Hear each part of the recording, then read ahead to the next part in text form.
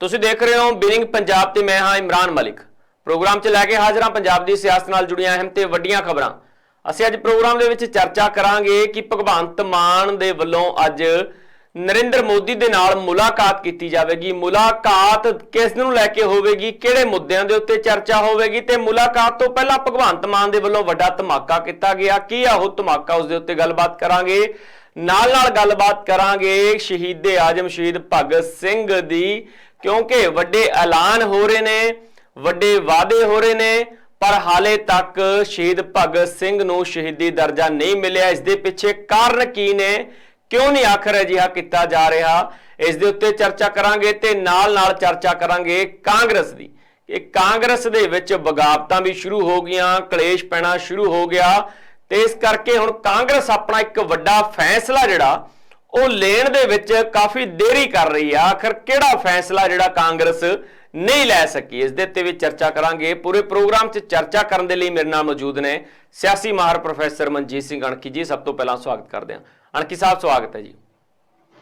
ਬਹੁਤ ਬਹੁਤ ਸ਼ੁਕਰੀਆ ਅਣਖੀ ਸਾਹਿਬ, ਸ਼ੁਰੂਆਤ ਕਰੀਏ ਤਾਂ ਸ਼ਹੀਦ ਭਗਤ ਸਿੰਘ ਦੇ, ਕਿਉਂਕਿ ਬੀਤੇ ਦਿਨ ਸ਼ਹੀਦੀ ਦਿਵਸ ਸੀ ਉਹਨਾਂ ਦਾ ਤੇ ਸ਼ਹੀਦੀ ਦਿਵਸ ਮੌਕੇ ਹਰ ਕੋਈ ਸ਼ਰਧਾਂਜਲੀ ਦੇ ਰਿਹਾ ਸੀ, ਹਰ ਕੋਈ ਨਮਨ ਹੋਇਆ। पर गल की जाए कि शहीद आजम शहीद भगत सिंह दे शहीदी दिवस के उत्ते सरकारी छुट्टी का ऐलान कर दिता। हुण हर साल सरकारी छुट्टी होगी 23 मार्च नूं, पर उसे दिन बड़े ऐलान भी हुंदे ने। उसे दिन भगवंत मान एक नंबर भी जारी करते हैं कि भ्रिष्टाचार खत्म करांगे, ते नंबर जारी करते हुए भगवंत मान ये कहते हैं कि इस तो वड्डी गल जिहड़ी आ शहीदां नूं श्रद्धांजलि देण दे लई मैनूं नहीं लगदा कि कोई होवेगी। पर की लगता सिर्फ इन्ना काफ़ी आ, क्योंकि जे देखा जाए तो शहीद भगत सिंह नूं हाले तक शहीदी का दर्जा नहीं मिलिया। बिल्कुल इमरान, अजे तक अगर शहीद भगत सिंह के संबंध में गल की जाए, चाहे भारत सरकार का उसके प्रति नजरिया जिहड़ा अजे तक वो शहीद वाला नजरिया नहीं है जी। इसका की कारण है, इसके पिछे राजनीतिक कारण की नहीं, ਜਾਂ किस तरीके ਦੇ ਨਾਲ ਬੀਤੇ ਦੌਰ ਦੇ ਵਿੱਚ ਜਦੋਂ ਦੇਸ਼ ਦੀ ਆਜ਼ਾਦੀ ਦੀ ਲੜਾਈ ਲੜੀ ਗਈ, ਉਸ ਵੇਲੇ ਨਰਮ ਖਿਆਲੀ ਗਰਮ ਖਿਆਲੀ ਕਨਸੈਪਟ ਜਿਹੜੇ ਉਹ ਚੱਲਦੇ ਰਹੇ। ਤਾਂ ਸ਼ਾਇਦ ਇਹੋ ਹੀ ਕਾਰਨ ਆ ਕਿ ਦੇਸ਼ ਦੇ ਉੱਤੇ ਕਾਂਗਰਸ ਦਾ ਬੜਾ ਲੰਮਾ ਸਮਾਂ ਰਾਜ ਰਿਹਾ ਤੇ ਕਾਂਗਰਸ ਪਾਰਟੀ ਨੇ ਕਿਹੜੇ ਕਾਰਨਾਂ ਕਰਕੇ ਸ਼ਹੀਦ ਭਗਤ ਸਿੰਘ ਨੂੰ ਸ਼ਹੀਦ ਦਾ ਜਿਹੜਾ ਦਰਜਾ ਨਹੀਂ ਦਿੱਤਾ। ਤੁਸੀਂ ਮੌਜੂਦਾ ਸਰਕਾਰ ਦੀ ਵੀ ਗੱਲ ਕਰ ਲਓ, ਬੇਸ਼ੱਕ ਨਰਿੰਦਰ ਮੋਦੀ ਹੁਣੀ ਭਾਜਪਾ ਦੀ ਜਿਹੜੀ ਸਰਕਾਰ ਹੈ ਇਸ ਵੇਲੇ ਸੈਂਟਰ 'ਚ ਚੱਲਦੀ ਪਈ ਹੈ, ਇਹਨਾਂ ਵੱਲੋਂ ਵੀ ਇਹਦੇ ਸੰਬੰਧੀ ਕੋਈ ਵੀ ਅਜਿਹਾ ਕਦਮ ਜਿਹੜਾ ਉਹ ਨਹੀਂ ਲਿਆ ਗਿਆ। ਇਹ ਭਗਵੰਤ ਮਾਨ ਹੁਣੀ ਆਏ ਨੇ, ਭਗਵੰਤ ਮਾਨ ਹੁਣਾਂ ਨੇ ਆਣ ਕੇ ਜਿਸ ਤਰੀਕੇ ਨਾਲ ਸ਼ਹੀਦ ਭਗਤ ਸਿੰਘ ਦੇ ਜਨਮ ਦਿਨ ਉੱਤੇ ਜਿਸ ਤਰੀਕੇ ਨਾਲ ਤੁਸੀਂ ਸਥਿਤੀ ਬਿਆਨ ਕੀਤੀ ਕਿ ਛੁੱਟੀ ਦਾ ਐਲਾਨ ਕੀਤਾ, ਭ੍ਰਿਸ਼ਟਾਚਾਰ ਨੂੰ ਰੋਕਣ ਵਾਸਤੇ ਇੱਕ ਨੰਬਰ ਜਾਰੀ ਕੀਤਾ, ਔਰ ਹਰ ਸਾਲ ਉਹਨਾਂ ਨੇ ਕਿਹਾ ਕਿ ਇਹ ਜਿਹੜੀ ਛੁੱਟੀ ਸਮੁੱਚੇ ਪੰਜਾਬ 'ਚ ਹੋਇਆ ਕਰੇਗੀ। ਬਿਲਕੁਲ ਇਹ ਤਾਂ ਸਰਕਾਰ ਦਾ ਇੱਕ ਸ਼ਲਾਘਾਯੋਗ ਕਦਮ ਆ, ਔਰ ਜਿਹੜੀ ਸਹੁੰ ਸੀ ਭਗਵੰਤ ਮਾਨ ਉਹ ਵੀ ਖਟਖੜ ਕਲਾਂ ਵਿੱਚ ਲੱਗ ਚੁੱਕੀ। ਪਰ ਇਹਦੇ ਪਿੱਛੇ ਦੂਸਰਾ ਜਿਹੜਾ ਅਸਲ ਕਾਰਨ ਹੈ ਕਿ ਭਾਰਤ ਸਰਕਾਰ ਵੱਲੋਂ ਅਜੇ ਤੱਕ ਰਾਜਗੁਰੂ ਭਗਤ ਸਿੰਘ ਔਰ ਸੁਖਦੇਵ ਨੂੰ ਕਦੇ ਵੀ ਉਹ ਸ਼ਹੀਦ ਦਾ ਦਰਜਾ ਨਹੀਂ ਦਿੱਤਾ ਗਿਆ, ਜਾਂ ਸਰਕਾਰੀ ਕਿਤਾਬਾਂ ਦੇ ਵਿੱਚ ਅਸੀਂ ਕਹਿ ਸਕਦੇ ਸਰਕਾਰੀ ਰਿਕਾਰਡ ਵਿੱਚ ਸ਼ਹੀਦ ਨਹੀਂ ਬਣਿਆ ਗਿਆ। ਔਰ ਇਸ ਤੋਂ ਵੱਡੀ ਗੱਲ ਅਸੀਂ ਕਹੀਏ ਕਿ ਦੇਸ਼ ਦੀ ਆਜ਼ਾਦੀ ਦੇ ਵਿੱਚ ਬਹੁਤ ਸਾਰੇ ਪੰਜਾਬੀਆਂ ਨੇ ਆਪਣਾ ਲਹੂ ਡੋਲਿਆ, ਬਹੁਤ ਸਾਰਾ ਆਪਣਾ ਯੋਗਦਾਨ ਦਿੱਤਾ, ਪਰ ਭਗਤ ਸਿੰਘ ਇੱਕ ਅਜਿਹਾ ਨਾਇਕ ਆ ਜਿਹੜਾ ਹਮੇਸ਼ਾ ਯੁਵਾ ਵਰਗ ਦੀ ਅਗਵਾਈ ਜਿਹੜੀ ਤਰਜਮਾਨੀ ਕਰਦਾ ਰਿਹਾ। ਤਾਂ ਕਈ ਵਾਰੀ ਮੰਗ ਇਹ ਵੀ ਉੱਠੀ ਕਿ ਉਸਨੂੰ ਭਾਰਤ ਰਤਨ ਦਿੱਤਾ ਜਾਵੇ। ਭਾਰਤ ਰਤਨ ਦਾ ਨਾਮ ਵੀ ਕਦੀ ਭਗਤ ਸਿੰਘ ਵਾਸਤੇ ਨਹੀਂ ਵਿਚਾਰਿਆ ਗਿਆ। ਬੜੇ ਕਾਰਨ ਨੇ, ਅਗਰ ਵੇਖਿਆ ਜਾਵੇ ਤਾਂ ਹੁਣ ਤੱਕ 1954 ਤੋਂ ਲੈ ਕੇ ਤੇ 2019 ਤੱਕ 48 ਬੰਦਿਆਂ ਨੂੰ ਭਾਰਤ ਰਤਨ ਜਿਹੜਾ ਉਹ ਦਿੱਤਾ ਜਾ ਚੁੱਕਾ ਹੈ, ਔਰ ਉਹਨਾਂ ਦੇ ਵਿੱਚ 3 ਭਾਰਤ ਰਤਨ ਸਿਰਫ ਤੇ ਸਿਰਫ ਗਾਂਧੀ ਪਰਿਵਾਰ ਨੂੰ ਦਿੱਤੇ ਗਏ ਨੇ। ਉਸ ਤੋਂ ਬਾਅਦ ਅਟਲ ਬਿਹਾਰੀ ਵਾਜਪੇਈ ਨੂੰ ਦਿੱਤਾ ਗਿਆ ਤੇ ਬੜੇ ਵੱਖ-ਵੱਖ ਵਿਅਕਤੀਆਂ ਨੂੰ ਦਿੱਤੇ ਗਏ, ਪਰ ਭਗਤ ਸਿੰਘ ਦਾ ਨਾਮ ਕਦੇ ਵੀ ਭਾਰਤ ਰਤਨ ਵਾਸਤੇ ਨਹੀਂ ਵਿਚਾਰਿਆ ਗਿਆ ਤੇ ਨਾ ਹੀ ਉਸਨੂੰ ਸਰਕਾਰੀ ਰਿਕਾਰਡ ਦੇ ਵਿੱਚ ਸ਼ਹੀਦ ਦਰਸਾਇਆ ਗਿਆ।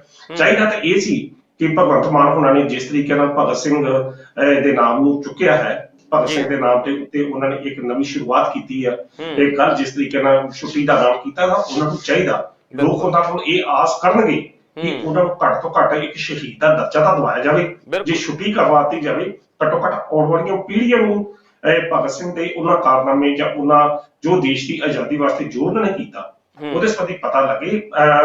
ਪੰਜਾਬ ਦੇ ਲੋਕ ਇਹ ਆਸ ਕਰਨਗੇ ਕਿ ਭਗਵੰਤ ਮਾਨ ਦੀ ਜਿਸ ਸਰਕਾਰ ਜਿਹੜੀ ਆਮ ਆਦਮੀ ਪਾਰਟੀ ਦੀ ਬਣੀ ਹੈ, ਕੇਵਲ ਇਨਕਲਾਬ ਜ਼ਿੰਦਾਬਾਦ ਦੇ ਨਾਅਰੇ ਲਾ ਕੇ ਹੀ ਕੇਵਲ ਅਸੀਂ ਭਗਤ ਸਿੰਘ ਨੂੰ ਯਾਦ ਨਹੀਂ ਕਰ ਸਕਦੇ। ਜੇ ਭਗਤ ਸਿੰਘ ਵਾਸਤੇ ਜ਼ਰੂਰੀ ਕੁਝ ਕਰਨਾ ਇਹ ਸਰਕਾਰ ਚਾਹੁੰਦੀ ਕਿ ਸਾਡਾ ਉਹ ਸਿੰਬਲ ਆ, ਤਾਂ ਭਾਰਤ ਸਰਕਾਰ ਤੇ ਇਹ ਦਬਾਅ ਪਾਵੇ ਕਿ ਉਹਨਾਂ ਨੂੰ ਭਾਰਤ ਰਤਨ ਦਿਵਾਇਆ ਜਾਵੇ ਔਰ ਬਕਾਇਦਾ ਤੌਰ ਤੇ ਉਹਨਾਂ ਨੂੰ ਸ਼ਹੀਦ ਦਾ ਦਰਜਾ ਜਿਹੜਾ ਉਹ ਦਿਵਾਇਆ ਜਾਵੇ। ਪੰਜਾਬ ਸਰਕਾਰ ਨੂੰ ਇਹਦੇ ਸੰਬੰਧੀ ਗੰਭੀਰਤਾ ਦੇ ਨਾਲ ਜਿਹੜਾ ਕਦਮ ਆ ਉਹ ਚੁੱਕਣਾ ਚਾਹੀਦਾ।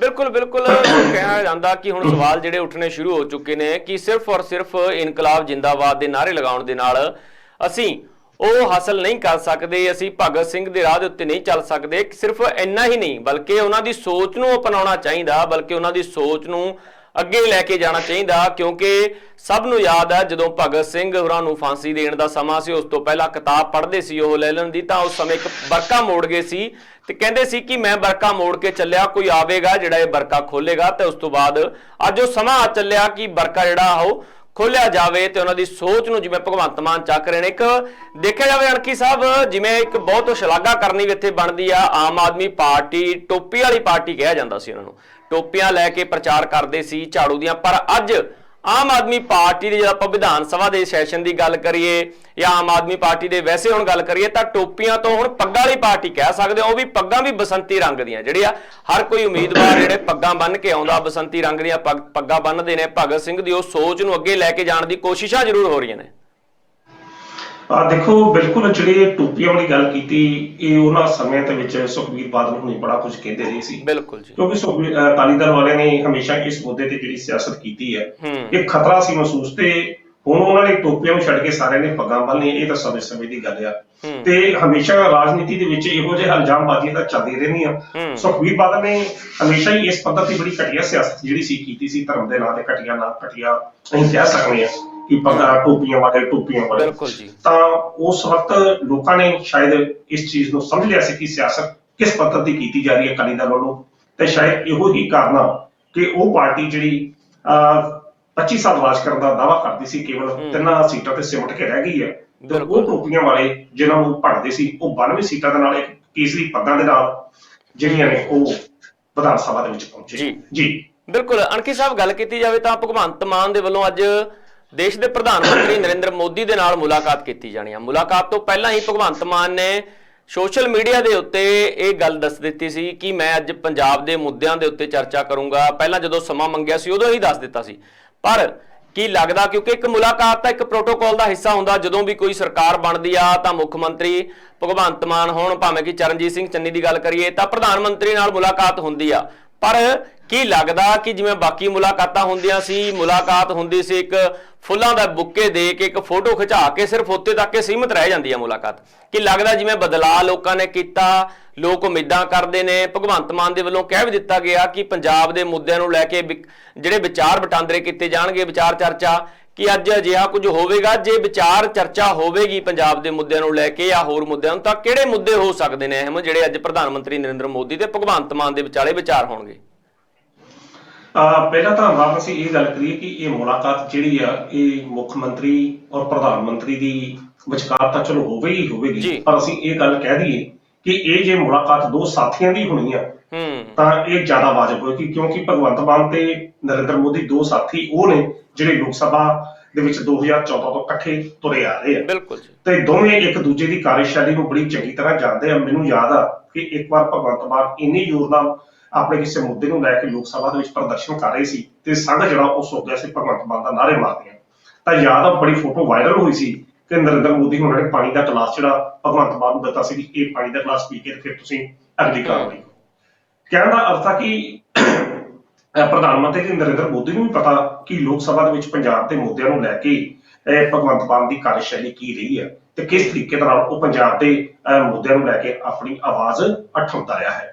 ਤੇ ਹੁਣ ਅੱਗੇ ਉਹ ਬਤਾਓ ਲੋਕ ਸਭਾ ਮੈਂਬਰ ਸੀ ਤੇ ਹੁਣ ਇੱਕ ਰਾਜ ਦੇ ਮੁਖੀ ਦੇ ਵਜੋਂ ਉਹ ਅੱਜ ਦੇਸ਼ ਦੇ ਮੁਖੀ ਦੇ ਨਾਲ ਗੱਲਬਾਤ ਕਰੇਗਾ। ਤਾਂ ਜਦੋਂ ਉੱਥੇ ਫਿਰ ਗੱਲਬਾਤ ਹੋਏਗੀ ਫਿਰ ਉਹ ਉਹਨਾਂ ਮੁੱਦਿਆਂ ਦੀ ਹੋਏਗੀ ਜਿਹੜੇ ਅੱਗੇ ਤਾਂ ਇੱਕ ਹਲਕੇ ਨਾਲ ਸੰਬੰਧਿਤ ਸੀ, ਸੰਗਰੂਰ ਹਲਕੇ ਨਾਲ, ਪਰ ਭਗਵੰਤ ਮਾਨ ਨੇ ਹਮੇਸ਼ਾ ਪੰਜਾਬ ਦੀ ਗੱਲ ਕੀਤੀ ਹੈ। ਤਾਂ ਅੱਜ ਉਹ ਪੰਜਾਬ ਦੇ ਉਹ ਲਟਕੀਆਂ ਮੰਗਾਂ ਜਿਹੜੀਆਂ ਨੇ, ਚਾਹੇ ਅਮਨ ਕਾਨੂੰਨ ਦੀ ਸਮੱਸਿਆ ਹੋਵੇ, ਚਾਹੇ ਭਾਖੜਾ ਬਿਆਸ ਮੈਨੇਜਮੈਂਟ ਬੋਰਡ ਦਾ ਮੁੱਦਾ ਹੋਵੇ ਜਿੱਥੋਂ ਪੰਜਾਬੀਆਂ ਦੀ ਗਿਣਤੀ ਨੂੰ ਘੱਟ ਕੀਤਾ ਜਾ ਰਿਹਾ, ਚਾਹੇ ਪਾਣੀਆਂ ਦਾ ਮੁੱਦਾ ਹੋਵੇ, ਬੜੇ ਇਹੋ ਜਿਹੇ ਲਟਕੇ ਮੁੱਦੇ ਹਨ ਜਿਨ੍ਹਾਂ ਦੇ ਉੱਤੇ ਅੱਜ ਭਗਵੰਤ ਮਾਨ ਹੁਣੀ ਗੱਲਬਾਤ ਜਿਹੜੀ ਕਰ ਸਕਦੇ ਨੇ, ਤੇ ਗੱਲਬਾਤ ਜਿਹੜੀ ਆ ਕੇਵਲ ਫੁੱਲਾਂ ਦੇ ਬੁੱਕਿਆਂ ਤੱਕ ਸੀਮਤ ਜਿਹੜੀ ਆ ਉਹ ਨਹੀਂ ਰਹੇਗੀ, ਕਿਉਂਕਿ ਪ੍ਰਧਾਨ ਮੰਤਰੀ ਨੂੰ ਵੀ ਇਸ ਗੱਲ ਦਾ ਪਤਾ ਕਿ ਇਹ ਉਹ ਵਿਅਕਤੀ ਆ ਜਿਹੜਾ ਪੰਜਾਬ ਦੀਆਂ ਸਮੱਸਿਆਵਾਂ ਨੂੰ ਲੈ ਕੇ ਲੋਕ ਸਭਾ ਦੇ ਵਿੱਚ ਗਰਜਦਾ ਰਿਹਾ ਹੈ ਔਰ ਸਮੇਂ-ਸਮੇਂ ਤੇ ਰੀਲ ਜਿਹੜੀ ਆ ਕੇਂਦਰ ਸਰਕਾਰ ਦੀ ਬਣਾਉਂਦਾ ਰਿਹਾ ਆ।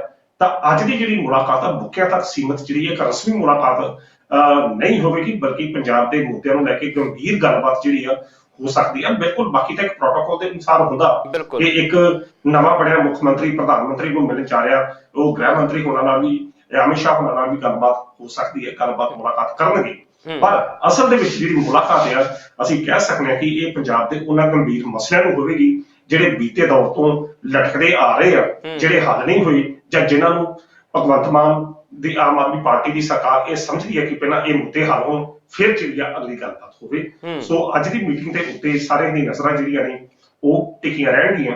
ਪਤਾ ਲੱਗੇਗਾ ਕਿ ਭਗਵੰਤ ਮਾਨ ਹੁਣੀ ਪੰਜਾਬ ਦੀਆਂ ਮੰਗਾਂ ਦੇ ਪ੍ਰਤੀ ਕਿਹੋ ਜਿਹਾ ਰੁਖ ਜਿਹੜਾ ਆ ਉਹ ਪ੍ਰਧਾਨ ਮੰਤਰੀ ਦੇ ਸਾਹਮਣੇ ਪੇਸ਼ ਕਰਦੇ। ਬਿਲਕੁਲ ਅੰਕਿਤ ਸਾਹਿਬ, ਜਿਹੜੀ ਮਹਿੰਗਾਈ ਦੀ ਮਾਰ ਆ ਦਿਨੋਂ ਦਿਨ ਲੱਕ ਤੋੜਦੀ ਜਾ ਰਹੀ ਆ, ਤਾਂ ਜਿਵੇਂ ਹੁਣ ਸਰਕਾਰ ਬਣੀ ਆ, ਪਹਿਲਾਂ ਇੱਕਦਮ ਪੈਟਰੋਲ ਡੀਜ਼ਲ ਦੇ ਰੇਟ ਪੰਜਾਬ ਸਰਕਾਰ ਨੇ ਵੀ ਵੈਟ ਘਟਾਇਆ ਸੀ, ਕੇਂਦਰ ਸਰਕਾਰ ਨੇ ਵੀ, ਤਾਂ ਜਾ ਕੇ 10-15 ਰੁਪਏ ਘਟਿਆ ਸੀ, ਤਾਂ ਮੁੜ ਤੋਂ ਜਿਹੜਾ ਆ ਫਿਰ ਤੋਂ ਵਾਧਾ ਹੋਣਾ ਸ਼ੁਰੂ ਹੋ ਗਿਆ। ਕੀ ਲੱਗਦਾ ਭਗਵੰਤ ਮਾਨ ਇਸ ਮੁੱਦੇ ਨੂੰ ਵੀ ਗੰਭੀਰਤਾ ਦੇ ਨਾਲ ਲੈਣਗੇ ਤੇ ਇਸ ਮੁੱਦੇ ਦੇ ਉੱਤੇ ਵੀ ਕੇਂਦਰ ਦੇ ਨਾਲ ਅੱਜ ਚਰਚਾ ਕਰਨਗੇ? ਦੇਖੋ, ਸਰਕਾਰੀ ਜਿਹੜਾ ਰਾਜ ਪੱਧਰ ਦਾ ਵੈਟ ਘਟਾਉਣਾ ਉਹ ਤਾਂ ਰਾਜ ਸਰਕਾਰ ਦੇ ਹੱਥ ਹੁੰਦਾ। ਤੁਸੀਂ ਚੰਡੀਗੜ੍ਹ ਦੀਆਂ ਕੀਮਤਾਂ ਤੇ ਪੰਜਾਬ ਦੀਆਂ ਕੀਮਤਾਂ 'ਚ ਫਰਕ ਜਿਹੜਾ ਉਹ ਤੁਸੀਂ ਦੇਖ ਲਓ। ਵੈਟ ਦੇ ਸੰਬੰਧ ਵਿੱਚ ਇਹ ਰਾਜ ਸਰਕਾਰ ਦੇ ਹੱਥ ਹੁੰਦਾ ਕਿ ਉਹਨਾਂ ਨੇ ਲੋਕਾਂ ਨੂੰ ਕਿਸ ਹੱਦ ਤੱਕ ਰਾਹਤ ਜਿਹੜੀ ਆ ਉਹ ਦੇਣੀ ਹੈਗੀ ਆ। ਜਦੋਂ ਚੰਗੀ ਸਰਕਾਰ ਹੋਂਦ ਵਿੱਚ ਆਈ ਤੇ 10 ਰੁਪਏ ਕੀਮਤਾਂ ਜਿਹੜੀਆਂ ਘਟਾ ਦਿੱਤੀਆਂ ਗਈਆਂ ਸਨ, ਉਹ 10 ਰੁਪਏ ਦੀ ਜਿਹੜੀ ਕੀਮਤ ਪ੍ਰਤੀ ਲੀਟਰ ਸੀ ਉਹ ਕੇਂਦਰ ਸਰਕਾਰ ਦੇ ਨਹੀਂ ਸੀ ਘਟਾਈ, ਬਲਕਿ ਰਾਜ ਸਰਕਾਰ ਦੇ ਘਟਾਈ ਸੀ। ਤਾਂ ਇਹ ਰਾਜ ਸਰਕਾਰ ਦੀ ਜ਼ਿੰਮੇਵਾਰੀ ਬਣਦੀ ਹੈ ਕਿ ਜਿੱਥੇ ਭਗਵੰਤ ਮਾਨ ਹੁਣੀ ਜਿਸ ਦਿਨ ਦੇ ਆਏ ਨੇ ਇਹ ਬੜੇ ਐਲਾਨ ਜਿਹੜੇ ਕਰ ਰਹੇ ਨੇ, ਤੇ ਘੱਟ ਤੋਂ ਘੱਟ ਲੋਕਾਂ ਨੂੰ ਮਹਿੰਗਾਈ ਤੋਂ ਬਚਾਉਣ ਵਾਸਤੇ ਕੁਝ ਮਹੱਤਵਪੂਰਨ ਐਲਾਨ ਜਿਹੜੇ ਉਹ ਕਰ ਦੇਣ, ਤਾਂ ਜੋ ਲੋਕ ਰਾਹਤ ਦੀ ਸਾਹ ਜਿਹੜੀ ਆ ਉਹ ਲੈ ਸਕਣ। ਕਿਉਂਕਿ ਪੈਟਰੋਲ ਡੀਜ਼ਲ ਉਹ ਜ਼ਰੂਰੀ ਵਸਤਾਂ ਨੇ ਜਿਹਦੇ ਨਾਲ ਹਰ ਬੰਦੇ ਦਾ ਗਾਹੇ ਬਗਾਹੇ ਪੈਣਾ ਹੀ ਪੈਣਾ, ਤੇ ਲੋਕ ਤਾਂ ਅੱਗੇ ਹੀ ਮਹਿੰਗਾਈ ਦੇ ਨਾਲ ਜੂਝ ਰਹੇ ਨੇ, ਮਰਦੇ ਪਏ ਨੇ। ਤਾਂ ਉਹਨਾਂ ਤੋਂ ਬਚਾਉਣ ਵਾਸਤੇ ਜੇ ਥੋੜੀ ਬਹੁਤੀ ਆਕਸੀਜਨ ਲਾਈ ਜਾ ਸਕਦੀ ਹੈ, ਰੇਟਾਂ ਨੂੰ ਘੱਟ ਕੀਤਾ ਸਕਦਾ, ਵੈਟ ਘਟਾਇਆ ਜਾ ਸਕਦਾ, ਤਾਂ ਇਹ ਭਗਵੰਤ ਮਾਨ ਦੇ ਹੱਥ ਵਿੱਚ ਹੈਗਾ। ਭਗਵੰਤ ਮਾਨ ਨੂੰ ਇਹਨਾਂ ਦੇ ਪ੍ਰਤੀ ਜ਼ਰੂਰ ਸੋਚਣਾ ਚਾਹੀਦਾ, ਰਾਜ ਸਰਕਾਰ ਨੂੰ ਸੋਚਣਾ ਚਾਹੀਦਾ। ਬਿਲਕੁਲ ਅੰਕਿਤ ਸਾਹਿਬ, ਗੱਲ ਕਾਂਗਰਸ ਦੀ ਕਰੀਏ ਤਾਂ ਕਾਂਗਰਸ ਦੇ ਵਿੱਚ ਬਗਾਵਤਾਂ ਸ਼ੁਰੂ ਹੋ ਗਈਆਂ, ਕਲੇਸ਼ ਤਾਂ ਕਦੇ ਖਤਮ ਹੋਏ ਨਹੀਂ ਕਾਂਗਰਸ ਦੇ ਵਿੱਚ, ਜਿਸ ਦਾ ਖਮਿਆਜਾ ਵੀ ਭੁਗਤਣਾ ਪਿਆ। ਤਾਂ ਹੁਣ ਵਿਧਾਨ ਸਭਾ ਦਾ ਸੈਸ਼ਨ ਵੀ ਖਤਮ ਹੋ ਗਿਆ, ਪਰ ਕਾਂਗਰਸ ਜਿਹੜੀ ਆ ਹਾਲੇ ਤੱਕ ਵਿਰੋਧੀ ਧਿਰ ਦਾ ਨੇਤਾ ਨਹੀਂ ਦੇ ਸਕੀ। ਕੀ ਲੱਗਦਾ ਇਸ ਦੇ ਪਿੱਛੇ ਕਾਰਨ ਕੀ ਨੇ ਤੇ ਕਿਹੜੇ ਜਿਹੜੇ ਨੇ ਵਿਰੋਧੀ ਧਿਰ ਦੇ ਨੇਤਾ ਦੇ ਲਈ ਨਾਮ ਸਾਹਮਣੇ ਆ ਰਹੇ ਨੇ? ਦੇਖੋ ਅਮਰਾਨ ਜੀ, ਇਹ ਕਾਂਗਰਸ ਪਾਰਟੀ ਦੀ ਅਸਫਲਤਾ ਕਹੀ ਜਾ ਸਕਦੀ ਹੈ ਕਿ 3 ਦਿਨ ਦੇ ਸੈਸ਼ਨ ਦੌਰਾਨ ਜਿਹੜਾ ਸੀ ਉਹ ਆਪਣਾ ਵਿਰੋਧੀ ਧਿਰ ਦਾ ਨੇਤਾ ਨਹੀਂ ਚੁਣ ਸਕੇ ਜੀ।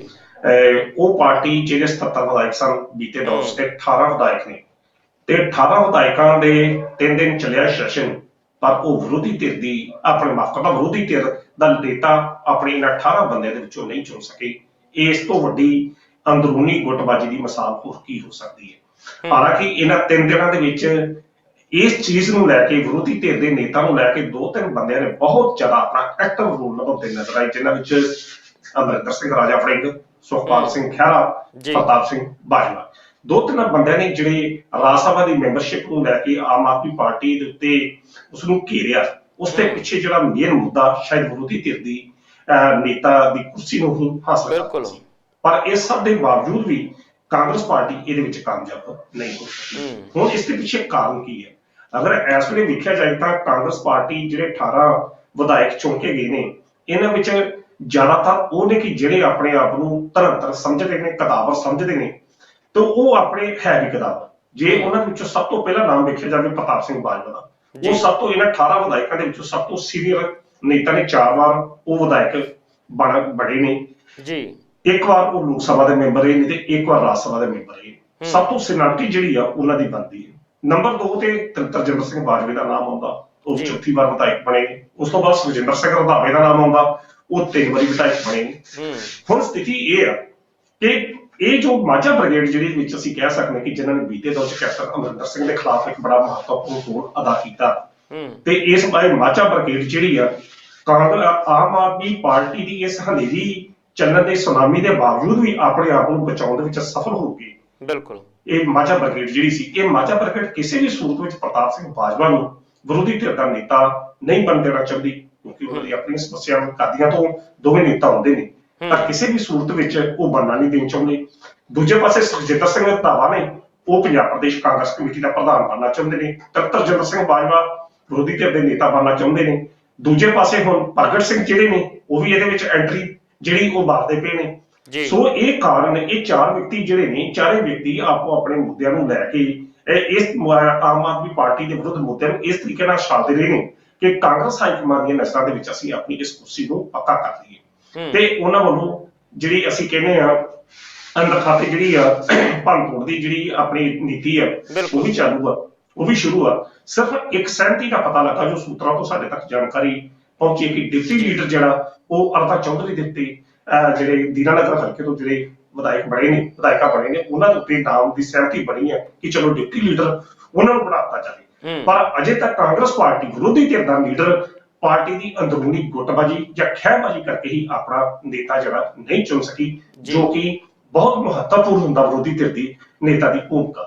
ਸੋ ਇਹਦੇ ਵਿੱਚੋਂ ਪਾਰਟੀ ਪਹਿਲਾਂ ਤਾਂ ਸੱਤਾ ਤੋਂ ਪਛੜ ਗਈ, ਹੁਣ ਵਿਰੋਧੀ ਧਿਰ ਦਾ ਨੇਤਾ ਤੋਂ ਪਛੜ ਗਈ। ਹੁਣ ਆਉਣ ਵਾਲਾ ਸਮਾਂ ਦੱਸੇਗਾ ਕਿ ਇਹ ਨੇਤਾ ਦੀ ਚੋਣ ਜਿਹੜੀ ਆ ਕਦੋਂ ਹੁੰਦੀ। ਜੀ ਬਿਲਕੁਲ ਬਿਲਕੁਲ। ਅਣਖੀ ਸਾਹਿਬ, ਪੰਜਾਬ ਤੋਂ ਬਾਅਦ ਹੁਣ ਕਾਂਗਰਸ ਨੂੰ ਹਰਿਆਣਾ ਤੇ ਹਿਮਾਚਲ ਦੇ ਵਿੱਚ ਵੀ ਡਰ ਸਤਾਉਣ ਲੱਗ ਪਿਆ। ਹਰਿਆਣਾ ਦੀ ਗੱਲ ਕਰੀਏ ਤਾਂ ਹੁਣ ਭੁਪਿੰਦਰ ਹੁੱਡਾ ਦੇ ਨਾਲ 25 ਤਰੀਕ ਨੂੰ ਰਾਹੁਲ ਗਾਂਧੀ ਸੋਨੀਆ ਗਾਂਧੀ ਦੀ ਮੁਲਾਕਾਤ ਹੋਵੇਗੀ, ਮੀਟਿੰਗ ਰੱਖੀ ਗਈ ਹੈ ਇੱਕ। ਤਾਂ ਕਿਆਸਰਾਈਆਂ ਇਹ ਵੀ ਲਗਾਈਆਂ ਜਾ ਰਹੀਆਂ ਨੇ ਕਿ ਉਧਰੋਂ ਵੀ ਜਿਹੜੇ ਨੇ ਵੱਡਾ ਫੇਰ ਬਦਲ ਕੋਈ ਹੋ ਸਕਦਾ। ਜਿਵੇਂ ਪੰਜਾਬ ਦੀ ਗੱਲ ਕਰੀਏ, ਹਾਰ ਹੋਈ ਆ, ਹਾਰ ਤੋਂ ਬਾਅਦ ਅਸਤੀਫੇ ਵੀ ਲੈ ਲਏ, ਅਸਤੀਫਿਆਂ ਤੋਂ ਪਹਿਲਾਂ ਹੀ, ਹਾਰ ਤੋਂ ਪਹਿਲਾਂ ਹੀ, ਰਿਜ਼ਲਟ ਤੋਂ ਪਹਿਲਾਂ ਹੀ, ਵੋਟਾਂ ਤੋਂ ਪਹਿਲਾਂ ਜਿਹੜੇ ਕਾਂਗਰਸ ਦੇ ਵੱਡੇ ਚਿਹਰੇ ਸੀ ਉਧਰ ਚਲੇ ਗਏ ਸੀ, ਬੀਜੇਪੀ ਦੇ ਵਿੱਚ ਚਲੇ ਗਏ ਸੀ, ਤਾਂ ਕਾਂਗਰਸ ਪਹਿਲਾਂ ਹੀ ਖਿੰਡ ਪੁੰਡ ਗਈ ਸੀ। ਤਾਂ ਕੀ ਲੱਗਦਾ ਕਿ ਹਰਿਆਣਾ ਦੇ ਵਿੱਚ ਕਾਂਗਰਸ ਦੀ ਕਿਸ ਤਰ੍ਹਾਂ ਦੀ ਸਥਿਤੀ ਰਹਿ ਸਕਦੀ ਆ, ਕਿਉਂਕਿ ਡਰ ਪਹਿਲਾਂ ਹੀ ਸਤਾਉਣ ਲੱਗ ਪਿਆ। ਉਧਰ ਆਮ ਆਦਮੀ ਪਾਰਟੀ ਵੀ ਹੁਣ ਕਹਿੰਦੀ ਆ ਕਿ ਅਸੀਂ ਪੰਜਾਬ ਤਾਂ ਹੁਣ ਜਿੱਤ ਲਿਆ, ਹੁਣ ਪਹਾੜਾਂ ਦੀ ਤੇ ਨਾਲ ਹਰਿਆਣਾ ਦੀ ਹੁਣ ਵਾਰੀ ਆ।